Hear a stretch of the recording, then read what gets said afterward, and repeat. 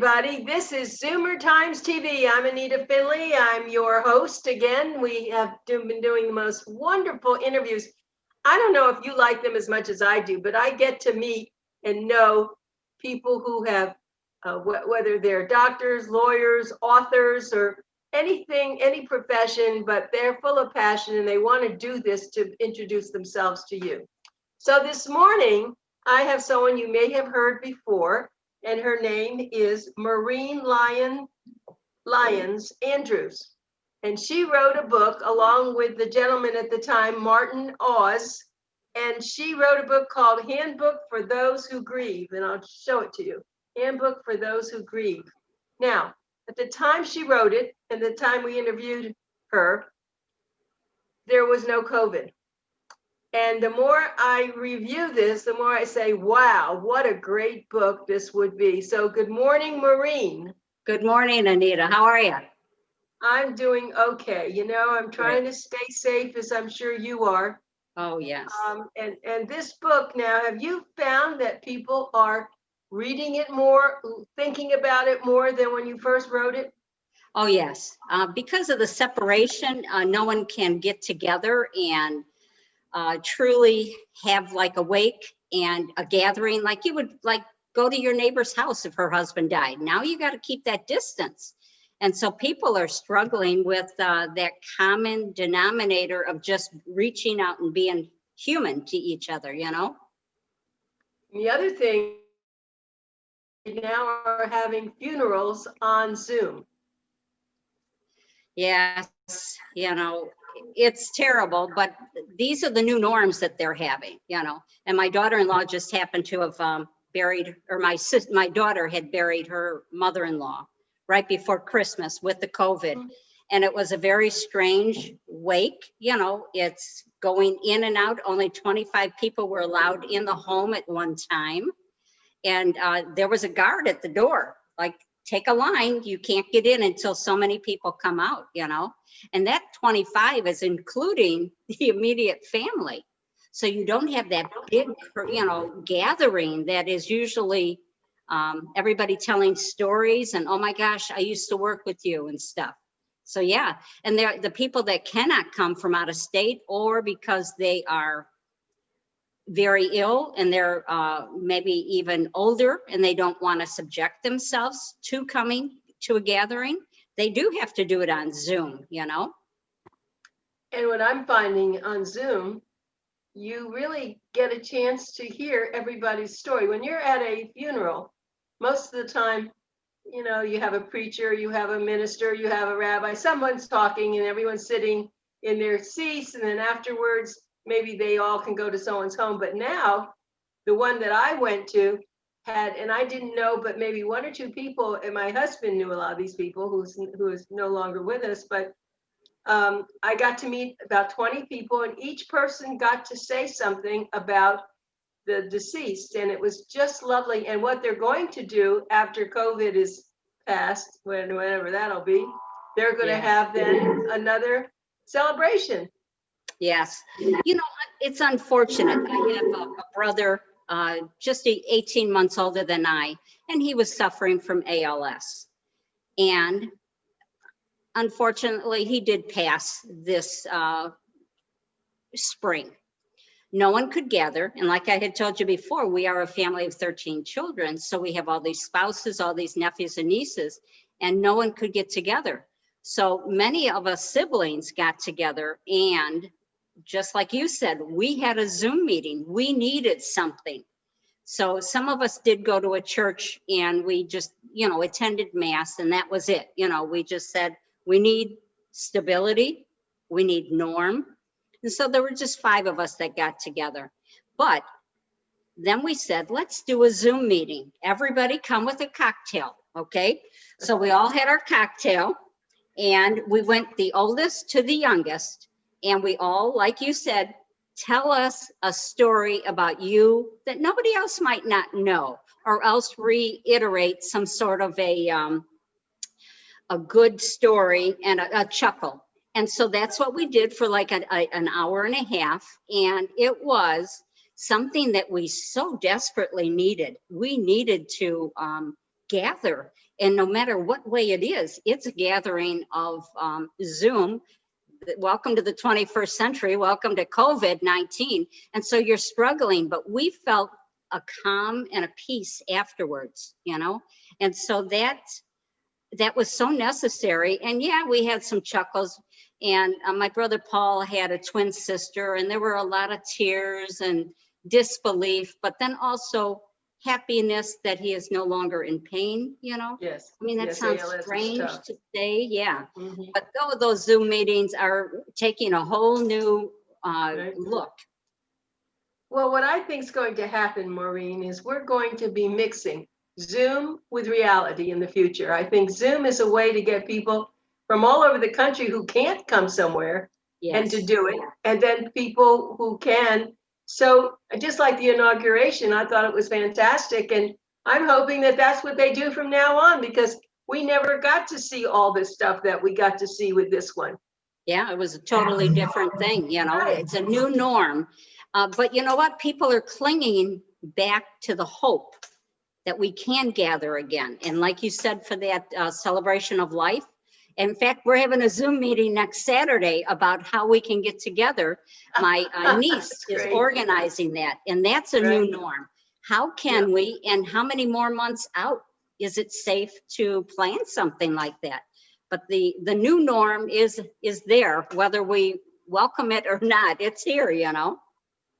Well, let's talk about this wonderful book. And it's interesting, a book like this called a handbook. It's people who are mourning, you wonder, why is it a handbook? You know, what that's like how to cook.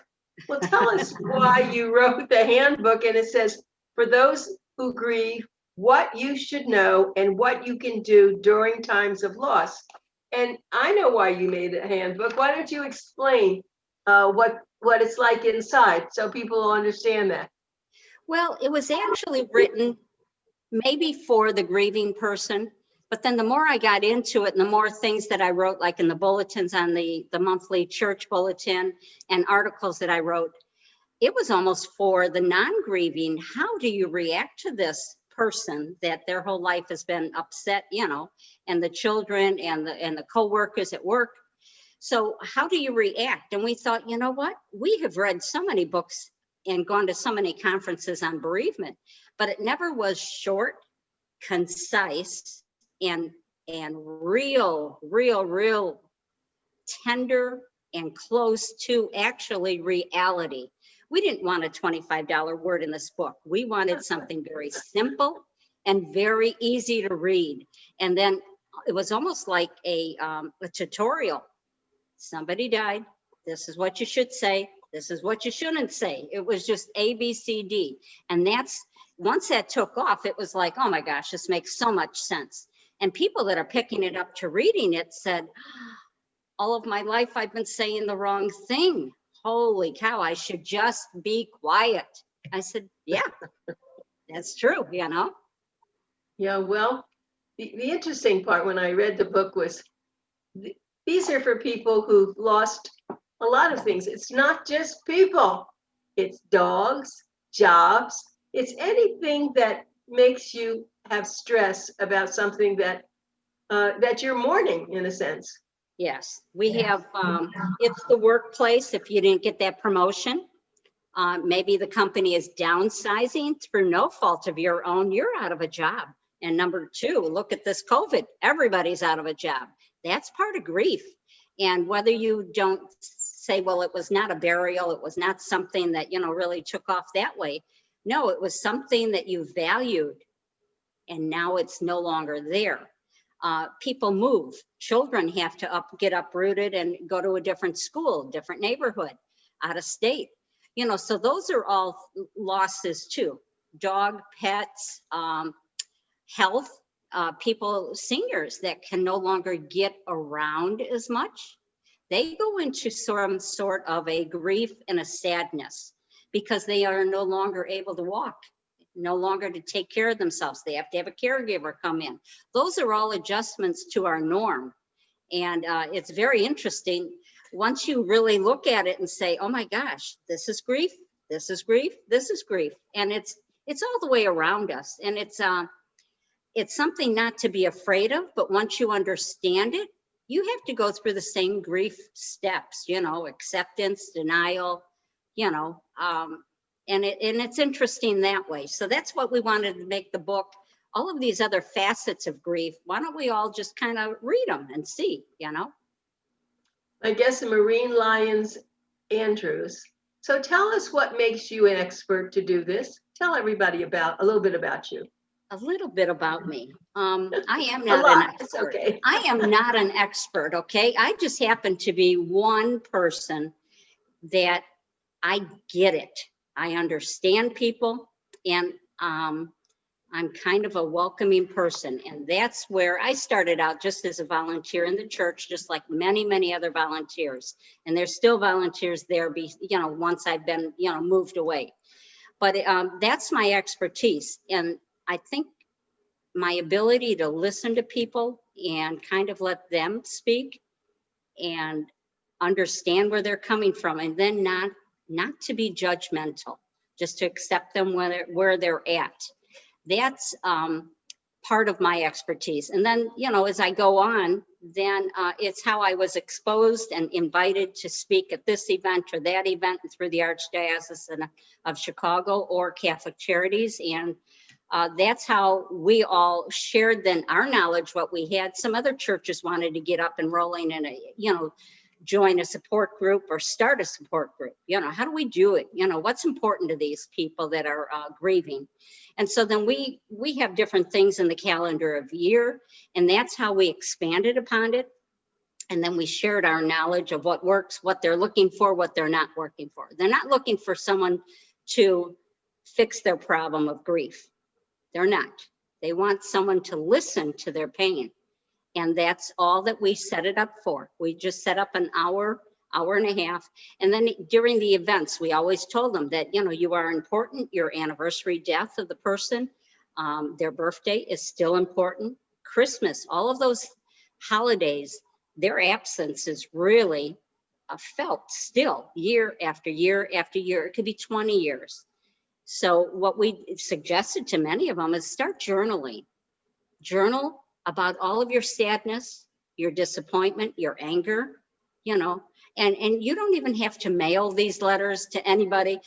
In like All Souls Day, so in November, we would ask anybody in the whole church, write a letter to your deceased person if you would like, and say exactly what you're feeling in your heart and what brings you to tears in your living room when you're sitting there watching a sad movie or something. Write those letters, put the thoughts from your mind and heart into paper, seal them up in an envelope, and come gather with us. And you know what we did? We had a letter burning ceremony outside in a great big pit. And we started it off by saying a couple of little poems, a couple of little prayers, and then everybody burnt them, and we released all the pain and the sorrow that we had for that day. And it was a tool, and that's how we came up with the book. These are a little bit of tools that you can reference back and forth to. I just love it. And it's a simple little book. You can put it in your purse. You can carry it with you. And Dan, our wonderful administrator, who is actually, of course, the producer, director of the Zoomer Times TV, he's been buying these for his friends. We have quite a few people who we know who just suffered losses. The first thing he does, he goes and he buys one for them. So he really loves the book also. If you want to get Handbook for Those Who Grieve, go on Amazon.com. You can get them there.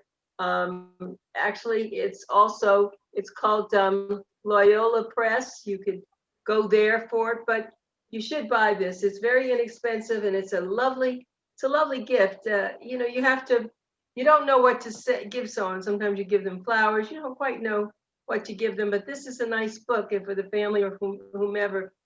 I just want you to know, I am Anita Finley, and of course, we're doing the Zoomer Times TV presentation, and you can find them on YouTube. Just go to Boomer Times, and go to Boomer Times, and then you'll see it under YouTube. But you have been on with us before, and I hope that other people are catching on, because it would be a shame for you not to really be able to share. This is a unique book. It's, as you said, most people, There are all sorts of books with a lot of things about grieving. There are support groups, but this book covers it all. And actually, I'm not going to read them, but every page has some short paragraphs with headlines about do this, or what about this, or how to help immediately after someone has died, or in here, just do a couple of things. It says, let's see, it says here, focus on something physical. You have, let's see, there's something else. When death does enter the lives of your children, don't keep the truth from them. Now, that's probably a very big thing, isn't it? That is, it can be a little scary for them. So you do have to convey to the children that they are safe, they are healthy. You know, what happened to so-and-so, like grandma passing or something, that does not mean that you're going to die right away, you know. And so you have to reassure them that they are safe, first of all, and that a lot of times children cannot convey in words what they're feeling. And so that's why art therapy comes into fact there. You have them draw pictures, okay? And that gets a little bit of knowledge to you where they are in their grief, you know. And I feel that it's important for them to participate in the church or the synagogue. Whatever events come up, I don't think children should just be sent home and not participate, because it's with the great unknown that they again get fear, you know. And you know, we talked about mourning loss of lives, but I remember my mother and father were divorced, and my mother worked late hours. And when it came around 5 or 5:30, I would wait at the window waiting for her, thinking, well, something must have happened to my mother, because I would be alone. And that was the loss. And I always, thank goodness, had some wonderful aunts who I'd call and say, I'm sure your mom is on her way, don't worry. But you see that, and I didn't put all this together until you started talking about all this. Yes, children always, they take it internally that, you know, they were the cause of the death. Maybe, you know, they didn't bring grandma her medicine on time or something like that, or else a car accident, things like that. But children, they worry naturally and think that they take it internally, that it's somehow related to them. And you just have to reassure them. And see, the other thing is that a lot of children do have single parents. And they probably worry, if someone died, is my mother or my father, are they going to die and leave me alone? Yes. Yeah, that's so true. And so I think that what one can do, of course, is to, what you said, to reassure them. But I think what you also said, writing it out, drawing pictures. And just recently, there was a book that was on bullying. And the teacher who wrote the book put on the back cover something that she used. It was called a worry box. And the children every day when they came there could write something that they were worried about. Oh, and my sometimes gosh. children had a lot of worries, and they put a lot of worries in the box. And the children who were waiting, they were not mean. They said, we understand you have a lot of worries. You just put them all in the box. I mean, it was fabulous. Yeah, and see, that's the part about releasing some of your stress, is writing it down. That's wonderful, wonderful idea about that bullying. Wow, that's great. I'm going to use that with my grandkids. Right, it's a worry box, and yeah, I mean, I ought to have it. We all have our worries. We get up in the morning, and we could have a little worry box too. Once you write it out, though, it sits right in front of you, so it's okay. Yes, right? Is that part of release? Yeah, that's a good idea. Yeah, everyone has good ideas. So is there another book in your mind? No, there is no other book right now, but I am writing some articles, you know, about the COVID. So yeah, I don't know. I think I'm just relishing this great book. And that's basically, you know, it was not an event that I wanted to make money off of. I just wanted to help people. I don't know if that makes any sense to you, you know. Of course it does. No. And actually, most people who write books don't sell books like Patterson sells them. You know, I mean, they've written it. I mean, I've written a book. My husband's written books. They don't sell very many, but you know what? There's been a lot of things, a lot of good things that have come out of it. And that's what you're doing. That is true, definitely. You know, so maybe if Marty was here, you know, maybe we could say, hey, we can go on. But he was here to do the 30% change in the book from 2003 to 2015. So at least we're there. I have to share a little story about Marty if I have a few minutes here. I was going to ask you as you were talking, yes, why don't you do that? Well, you know, when you think back on memories of what brings happiness to you, Marty, we had shared before that for Halloween, all four of us would dress up and we were all, you know, the Wizard of Oz characters, and little Marty was Dorothy. Well, so this time we were always playing canasta at our house, but Marty was always volunteering in our fundraisers for the boys' high school.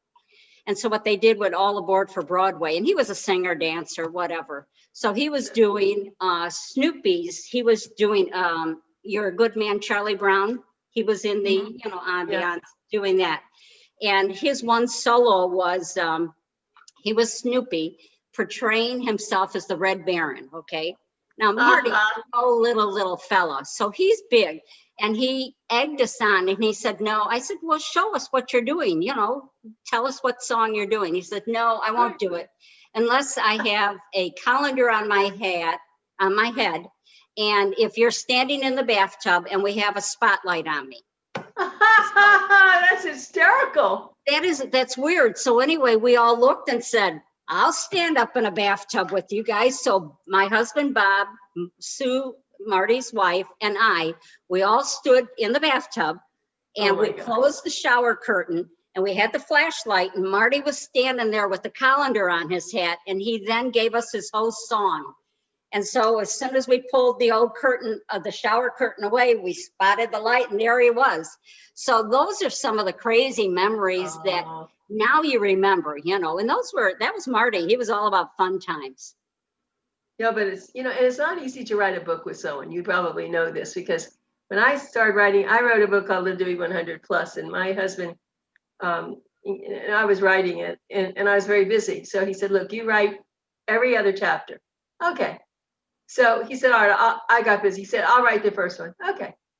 And then I said, do you write the next one? I'm really busy. I'll write the next one. Before you knew it, he wrote the book for me in the way that I would write the book. I was just too busy. Oh my gosh, that's great. He really knew you, huh? Oh, yes, he knew me, and he knew what I would, because a lot of these came from the columns I wrote in the Palm Beach Post. But you see, so when you have a partner writing with you, sometimes, you know, you're lucky. Sometimes there are arguments. I don't like that, you know. So did you ever have any of that, or did you just let him go with it? No, I think we agreed with it. What we had a hard time with was sometimes the publisher. They didn't like how we had said something. So then they would say, well, rewrite this. We don't like that, you know. So a few things, you know, that was, and it was not troubling, you know. But this last time that we redid 30% of the book for Handbook for Those Who Grieve, we had to wait. Our book was on the back burner because the Pope was coming out with his, you know, book. So right. That was good.